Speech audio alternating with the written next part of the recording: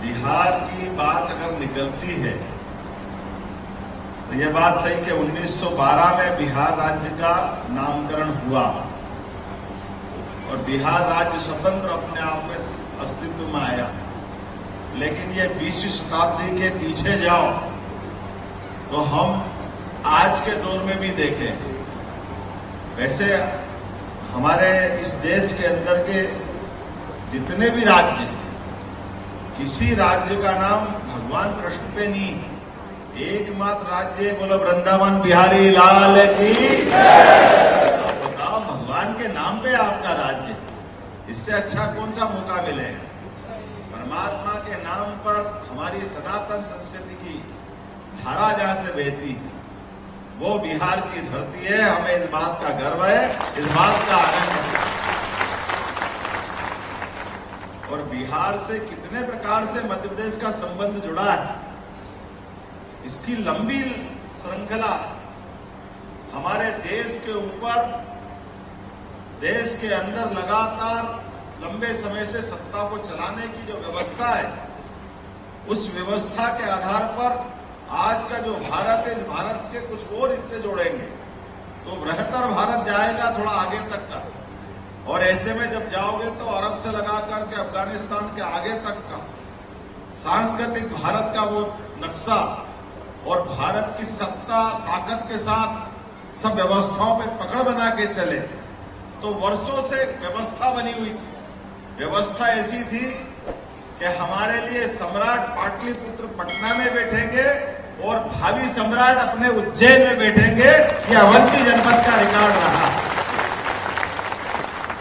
ये व्यवस्था हमारे 16 जनपदों में से सर्वाधिक महत्व का जनपद पाटलिपुत्र के बाद ये हमारे वर्तमान के उत्तर और मध्य पूरे देश के लिए, ये सारे सत्ता के सूत्र संचालन करने के लिए मध्य प्रदेश में अवंती जनपद के माध्यम से होता है। इसलिए अशोक भी सम्राट बने, उनके पहले वो 10 साल तक गवर्नर थे हमारे उज्जैन में।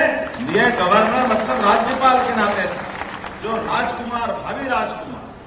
और ये विदिशा जहां से उनकी पत्नी से उनका विवाह हुआ, फिर उनके संघमित्र और महेंद्रा जो उनके अपने बेटे बेटी जो श्रीलंका में प्रचार करने के लिए गए बौद्ध धर्म का, कई इतिहास, कई प्रकार की व्यवस्थाओं से जुड़ा है।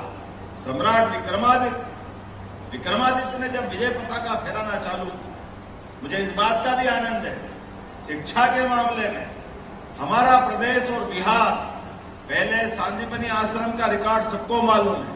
5000 साल पहले भगवान कृष्ण की शिक्षा दीक्षा अगर कहीं तो अवंतिका उज्जैन में हुई और शिक्षा की महत्ता बिहार ने अपनाई।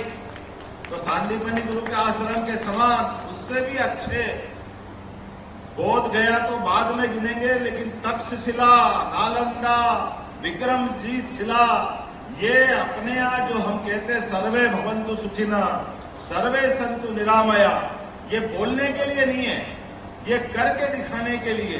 हमारे शासन के सत्ता सूत्र सभी प्रकार की सुव्यवस्था स्थापित करते हुए सभी प्रकार के जीवन में सबको ये उदार भाव ला करके, जैसे भगवान कृष्ण ने 64 कला, 14 विद्या, 18 पुराण, 4 वेद, सब उपनिषद जो ग्रहण किए थे सत्ता के सूत्र के आधार पर, वो सारी व्यवस्थाओं के लिए दुनिया के राजकुमार जहां राजनीतिक शिक्षा ग्रहण करने आते थे, ऐसे वो विश्वविद्यालय रहे, तक्षशिला, नालंदा, विक्रमजीत शिला, कहां से आते थे लोग दुनिया के अंदर।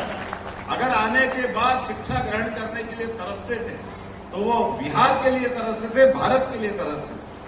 हमें इस बात की प्रसन्नता है कि परमात्मा की दया से संबंध तो इतने सारे बता सकता हूं कि मूल विषय से थोड़ा गड़बड़ हो जाएगी, लेकिन अभी जब मैं बात करूंगा तो ये भी नहीं भूलूंगा कि हमारे बीच 1000 साल बोला, विक्रमादित्य 2000 साल पहले वाले हैं, भगवान कृष्ण 5000 साल पहले वाले हैं, लेकिन 2200 साल पहले सम्राट अशोक का संबंध मैंने बताया।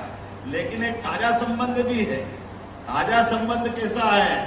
ये अपने भोपाल ताल में राजा भोज है, और हमको मालूम विधर्मियों ने जब आक्रमण किया तो यहाँ के परमार वंश के शासक और यहाँ के नागरिक देश के अंदर धर्म बचाने के लिए अपना सब कुछ छोड़ करके बिहार की शरण में गए, ये हमारा वो अतीत का